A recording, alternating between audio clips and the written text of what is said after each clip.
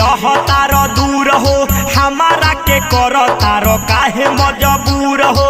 हे पिया अरे सुनी ना, हाँ सावन में सैया काहे रहता रो दूर हो, हमारा के करता रो काहे मजबूर हो। हर साल के जैसे हु साल चल सावन में पिया देव घर चल, भोला जी के दर्शन कल। सावन में पिया देव घर चल, भोला जी के दर्शन कल। भोला जी के सावन में पिया देव घर चल, भोला जी के दर्शन कल। सावन में पिया देव घर चल,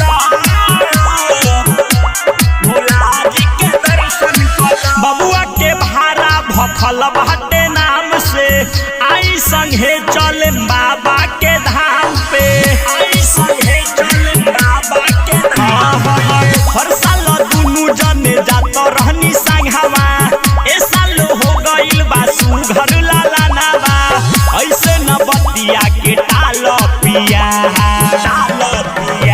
सावन में पिया देव घर चल, भोला जी के दर्शन कल। सावन में पिया देव घर चल, भोला जी के दर्शन कल। भोला जी के दर्शन कल। सावन में पिया देव घर चल। Recording by Kohinoor music studio, Bakhri Bazar, Aslam सावन में पिया देव घर चल।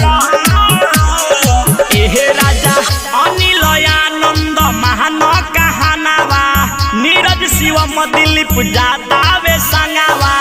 नीरज शिवम दिलीप जातावे। एहे राजा अनिल आनंद महान कहानावा, मुन्ना विकास छोटू जातावे संगावा।